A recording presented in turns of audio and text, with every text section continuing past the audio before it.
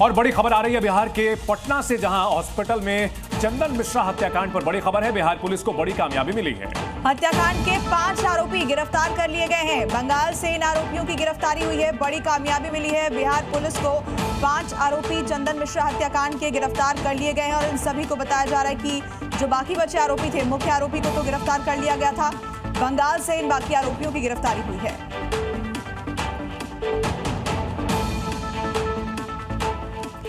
UP की शबनम, फातिमा और स्वालेहीन, ये तीनों मुस्लिम महिलाओं ने सनातन में गहरी आस्था दिखाई है। तीनों मुस्लिम बेटियों का सनातन प्रेम धर्मांतरण कराने वाले छांगुर जैसे लोगों के मुंह पर किसी तमाचे से कम नहीं है।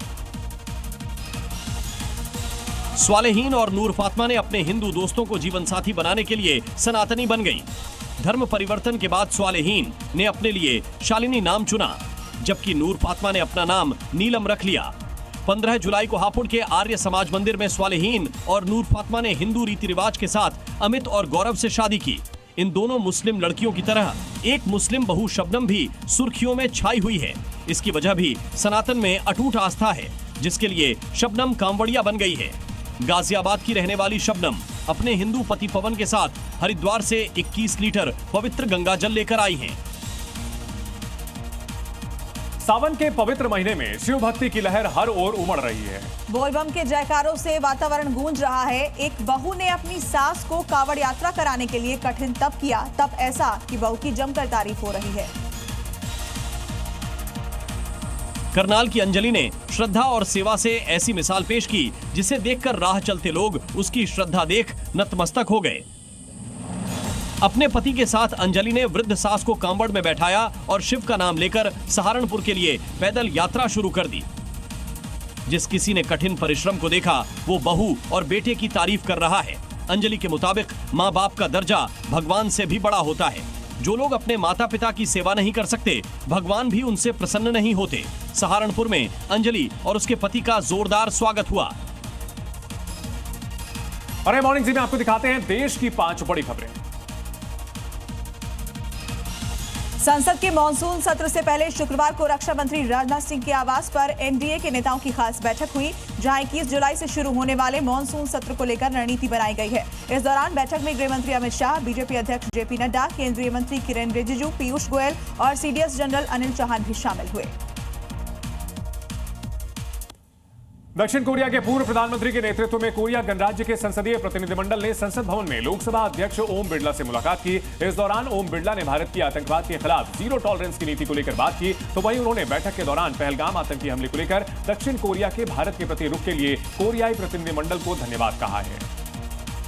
गृह मंत्री अमित शाह ने शुक्रवार को अमेरिका के बर्मिंघम में आयोजित 21वें विश्व पुलिस एवं अग्निशमन टूर्नामेंट में हिस्सा लेकर लौटे भारतीय पुलिस एवं अग्निशमन दल के अभिनंदन समारोह को संबोधित किया और इस दौरान 613 पदक विजेताओं को सम्मानित भी किया। इस दौरान कार्यक्रम में खुफिया ब्यूरो के निदेशक और गृह मंत्रालय के विशेष सचिव समेत कई अधिकारी मौजूद रहे। लैंड फॉर जॉब मामले में लालू यादव की मुश्किलें थमने का नाम नहीं ले रही हैं। आज राउज एवेन्यू कोर्ट में इस मामले पर अहम सुनवाई होने जा रही है। बता दें कि सीबीआई ने अपनी चार्जशीट में लालू यादव, तेजस्वी यादव को आरोपी बनाया है, तो वहीं सुप्रीम कोर्ट ने भी कल लालू यादव की याचिका को खारिज कर दिया और दिल्ली हाई कोर्ट को मामले में तेजी लाने का निर्देश दिया। अवैध धर्मांतरण मामले के आरोपी छांगुर पर शिकंजा अब कसता जा रहा है। ईडी ने शुक्रवार को छांगुर के करीबियों पर बड़ी कार्रवाई की और एक बुटीक को सील कर दिया। बता दें कि ईडी की ये छापेमारी करीब 12 घंटे तक चली। इस दौरान ईडी के अधिकारियों ने कई अहम दस्तावेज, लेन देन से जुड़े साक्ष्य और दूसरी चीजें जब्त की हैं। बड़ी खबर आ रही है, आज से डाक कावड़ की शुरुआत हो गई है। डाक कावड़ को लेकर प्रशासन अलर्ट पर है और डाक कावड़ को लेकर विशेष इंतजाम किए गए हैं। सुरक्षा के पुख्ता इंतजाम किए गए हैं। इसके अलावा डाक कावड़ की जो रफ्तार है वो भी तय कर दी गई है। प्रशासन भी अलर्ट पर है और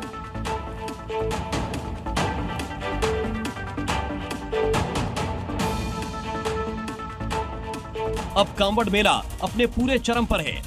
पैदल कांवड़ के बाद अब बारी डाक कांवड़ की है। आज से कांवड़ मार्ग डाक कांवड़ियों से गुलजार हो जाएंगे। आज से धर्मनगरी हरिद्वार से डाक कांवड़िए गंगाजल लेकर निकलना शुरू हो जाएंगे। डाक कांवड़ को लेकर प्रशासन भी पूरी तरह से अलर्ट है। डाक कांवड़ को लेकर भी विशेष इंतजाम किए गए हैं। इसके लिए यातायात प्लान भी तैयार कर लिया गया है। डाक कांवड़ियों के लिए वन वे सिस्टम बनाया गया है। वाया लक्सर कनखल से वाहनों का एंट्री होगी और सिंहद्वार से वाहनों को निकाला जाएगा। उत्तर प्रदेश में कांवड़ यात्रा को लेकर जबरदस्त उत्साह देखने को मिल रहा है और इस बीच कांवड़ यात्रा पर सियासी बयानबाजी भी खूब हो रही है। अब कांवड़ यात्रा को लेकर समाजवादी पार्टी के नेता एसटी हसन का एक नया बयान सामने आया है। कांवड़ मार्ग कांवड़ियों से गुलजार है। कहीं कांवड़ियों पर फूल बरसाए जा रहे हैं तो शिविर कैंपों में कांवड़ियों की श्रद्धा भाव से सेवा की जा रही है। इस बीच कांवड़ यात्रा और कांवड़ियों को लेकर सियासत भी हो रही है। राजनेताओं की ओर से कांवड़ियों को लेकर बयानबाजी हो रही है। अब समाजवादी पार्टी के नेता एसटी हसन ने कहा है कि अगर डीजीपी कांवड़ियों पर फूल बरसा रहे हैं तो कांवड़िये यह कतई न समझें कि वो कुछ भी करेंगे और उनके खिलाफ कानून कोई कार्रवाई नहीं करेगा। सपा नेता एसटी हसन ने कहा कि अगर कुछ लोग, चंद उपद्रवी लोग कांवड़ यात्रा में शामिल हो जाते हैं और तोड़फोड़ करते हैं, लोगों को मारते हैं, कानून उन पर कार्रवाई जरूर करेगा। Zee News.